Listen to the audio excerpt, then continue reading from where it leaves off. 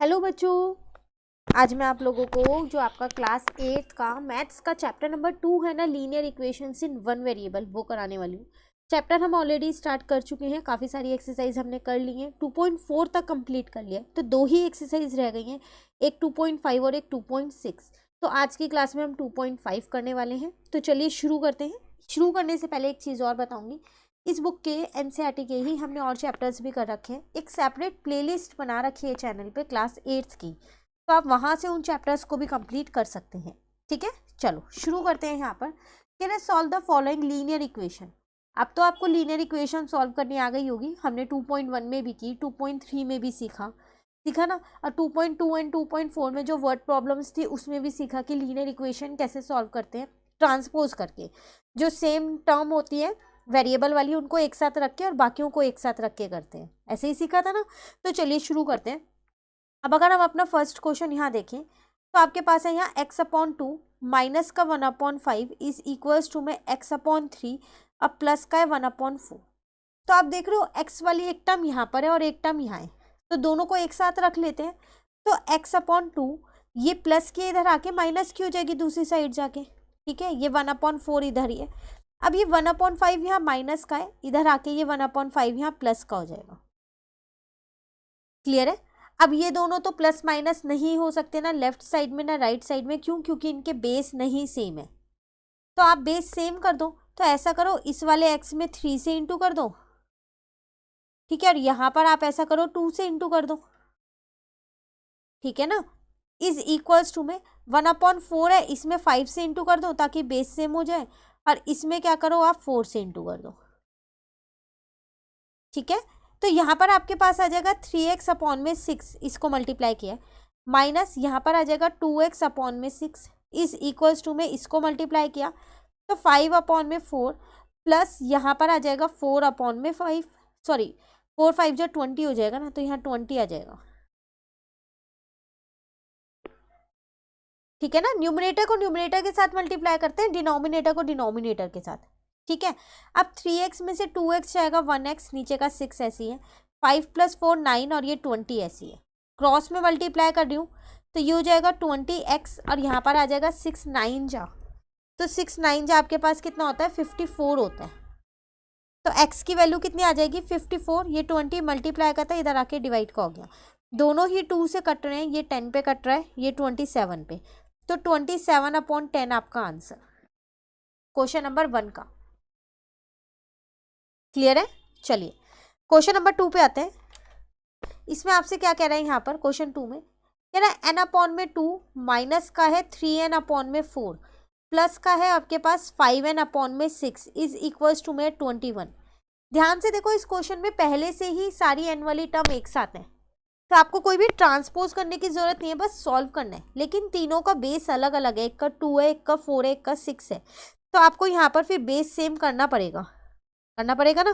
तो अब कैसे बेस सेम करेंगे यहाँ पर हम, तो 6 है, तीनों की टेबल में जो कॉमन नंबर है वो कौन सा आता है, 2 की टेबल में भी 12 आता है, 4 की टेबल में भी आता है और 6 की टेबल में भी आता है। तो ऐसा करते हैं, नीचे सब जगह 12 ही बना लेते हैं। तो यहाँ पर 2 की टेबल में 12 6 पे आता है, तो 6 से इंटू करना पड़ेगा। ठीक है, 4 की टेबल में 12 3 पे आता है, तो 3 से इंटू कर देते हैं। 6 की टेबल में 12 कितने पे आता है 2 पे आता है, तो 2 से इंटू कर देते हैं। ठीक है, तो यहाँ आ जाएगा 6n/12 माइनस 3 3 जा 9n/12 फिर प्लस 5 2 जा 10n/12। क्लियर। अब सबके बेस सेम है तो उसको तो एक बार ही लिख दिया, 12 इजिकल टू का 21 ऐसी है। अब इन्हें सॉल्व करना है। देखो 6 में से 9 जाएगा तो माइनस का 3 बचेगा और प्लस का 10 है। अब 10 में से 3 जाएगा तो 7, तो यहाँ आ जाएगा 7n। ठीक है, इसको उधर ले गई तो ये मल्टीप्लाई का हो जाएगा, तो ये हो गया 21 इंटू में 12। 7 मल्टीप्लाई का है, उधर जाएंगे तो ये किसका हो जाएगा डिवाइड का हो जाएगा। कट किया तो यहाँ 3 आ गया, 12 को 3 से इंटू कर दो, 36 आपका n आ गया, तो ये आपका आंसर। Clear question number 2। चलिए अब आते हैं क्वेश्चन नंबर 3 पे। तो क्वेश्चन 3 में आपके पास कौन सी इक्वेशन दे रखी है, x प्लस का 7 है, माइनस का है 8x/3 इज इक्वल्स टू में 17/6 माइनस का है 5x/2। फिर वही चीज़, सिर्फ x वाले नंबर्स को एक साइड रख लो और बाकी बचे हुए नंबर्स को एक साइड ले जाओ। तो ये x ऐसी है, माइनस का 8x/3 ऐसी है। अब इसको उठा के मैं दूसरी साइड लेके जा रही हूँ इजिकल टू के उधर, तो ये प्लस का हो जाएगा। ठीक है, यहाँ पर 17/6 ऐसी था, इस 7 को इधर लेके आ गई हूँ तो ये माइनस का हो गया, कुछ नहीं है 1 लिख दिया। बेस सेम करने पड़ेंगे। तो 3 और 2 की टेबल में कॉमन नंबर कौन सा है जो आता है? 6 आता है। तो ऐसा करते हैं 6 से मल्टीप्लाई करते हैं, 6x और 6 × 1। यहाँ पर 3 की टेबल में 6 2 पे आता है, तो 2 से इंटू तो करोगे।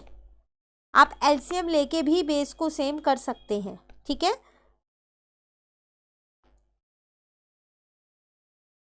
ऐसे यहाँ पर है 17/6 है, तो यहाँ भी मैंने क्या किया, 6 से इंटू कर दिया दोनों में।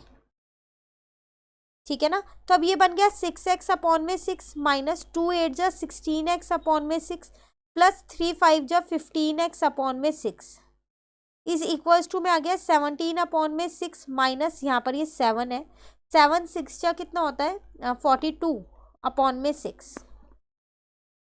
क्लियर? अब सबके बेस सेम है तो ये 6 ऐसे ही लिख दिया। अब देखो 6x में से 16x जाएगा तो माइनस का 10x बचा, अब प्लस का है आपके पास 15x। ठीक है ना, यहाँ पर अच्छा ये साइन में मिस्टेक हो गई है क्या? नहीं नहीं, साइन तो ठीक है हमारे पास। ठीक है, तो ये माइनस का 10x और प्लस का 15x है, तो 5x आपका आंसर आ जाएगा यहाँ। इज इक्वल्स टू नीचे 6 ऐसी है।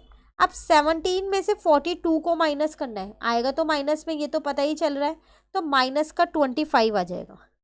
आमने सामने सेम होता है तो कट जाएगा, तो 5x इज इक्वल्स टू में माइनस का 25। x की वैल्यू निकालनी है तो -25/5 हो गया, कट किया, माइनस का 5 मेरा आंसर। क्लियर है क्वेश्चन नंबर 3? चलिए आते हैं क्वेश्चन नंबर 4 पे। तो फोर्थ क्वेश्चन आपसे क्या कह रहा है, यहाँ पर x माइनस का 5/3 है और यहाँ पर x माइनस का 3/5 है। अब देखो x वाली टर्म यहाँ अलग अलग नहीं है कि आप इधर से उधर ले गए या उधर से इधर ले आए, तो आप क्या करो, पहले इनमें क्रॉस मल्टीप्लाई कर दो। तो 5 से इसको मल्टीप्लाई किया तो x माइनस 5 और यहाँ पर आ जाएगा 3 से कर रहे हैं तो x माइनस का 3। अब अंदर मल्टीप्लाई करते हैं तो 5x माइनस का 25 आ जाएगा और यहाँ पर आ जाएगा 3x माइनस का 9। अब आप x वाली टर्म्स को एक साथ ले आओ तो ये हो जाएगा माइनस का 3x और इस 25 को उधर ले गई तो प्लस का 25 हो गया। ठीक है ना, 3x 5x में से 3x गए तो 2x बचा, पर 25 में से 9 जाएगा तो 16 बचेगा, वो भी प्लस का। अब 2 मल्टीप्लाई का इधर आके डिवाइड का हो गया, x की वैल्यू कितनी हो गई, 8 हो गई। क्लियर है क्वेश्चन नंबर 4? चलिए आते हैं क्वेश्चन 5 पे। यहाँ आपसे क्या कह रहा है, 3t माइनस का 2/4 है माइनस 2t प्लस का 3/3 है इज इक्वल्स टू में 2/3 माइनस का t है। तो देख के पता चल रहा है इसमें जो वेरिएबल है वो t है, तो इसको कैसे सॉल्व किया जाएगा। तो ऐसा करो, ये तो आप यहीं रहने दो, इसको भी आप यहीं रहने दो और इस t को इधर ले आओ जो प्लस का हो जाएगा। अब सबके बेस सेम कर लो तो एलसीएम आ जाएगा 12, क्योंकि 4 और 3 की टेबल में कॉमन नंबर 12 ही आता है। तो 4 को 12 से डिवाइड किया तो 3 आ जाएगा, तो 3 से यहाँ इंटू कर दिया, माइनस 3 की टेबल में 4 पे आता है तो 4 से इंटू कर दिया। ठीक है, प्लस यहाँ पर 12t आ जाएगा। क्लियर? एक क्वेश्चन मैंने एलसीएम वाले तरीके से करा दिया, बाकी के पीछे के 3-4 क्वेश्चन में बेस सेम करवाया था जो मल्टीप्लाई करने वाला था, दोनों तरीके बता दिए हैं।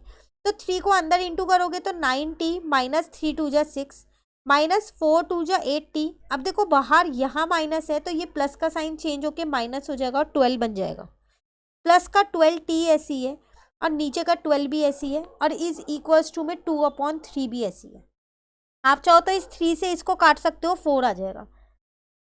अब 9t में से 8t जाएगा तो 1t बचेगा, 1t में 12t प्लस करोगे तो 13t आ गया।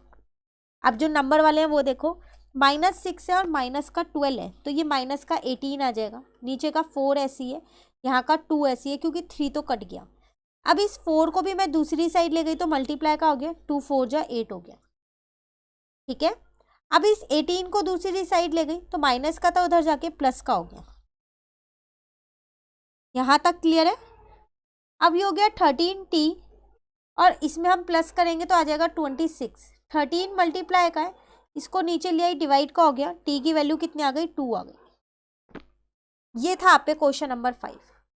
तो आज की क्लास में हम सिर्फ क्वेश्चन 1 to 5 ही करेंगे इस एक्सरसाइज के। अभी काफ़ी सारे क्वेश्चंस हैं, वो मैं आपको नेक्स्ट क्लास में कराऊंगी। इन 5 क्वेश्चंस को आप अच्छे से कर लीजिए। कहीं भी डाउट लगता है तो कमेंट करके पूछ लेना, और अगर आपको ये वीडियो अच्छी लगी तो आप इसे लाइक ज़रूर कीजिएगा और मेरे चैनल को सब्सक्राइब कीजिएगा। Thank you.